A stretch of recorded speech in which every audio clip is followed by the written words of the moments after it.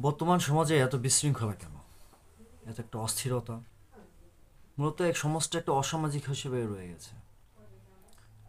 সমাজ যদি অসামাজিক হয় সেটা কি সমাজ হয়?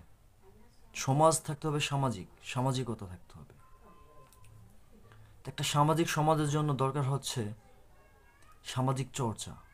কিন্তু এটা তার উল্টো হচ্ছে যে অসামাজিক চর্চা হচ্ছে। তাহলে দেখা যাচ্ছে আমাদের সমাজে এখন সুন্দর করার জন্য দরকার সামাজিক চর্চার।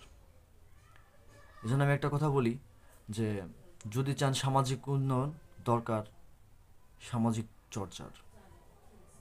তা আমাদের স্লোগানটা এটা হতে পারে, সামাজিক উন্নয়ন, চর্চা, সামাজিকতা প্রয়োজন। যদি এই হয় প্রক্রিয়া, থাকবে মানবতা, মানব সভ্যতা। উল্লেখযোগ্য বিষয় এটাই যে সমাজ মানব সভ্যতার জন্য, দানব সভ্যতার জন্য নয়।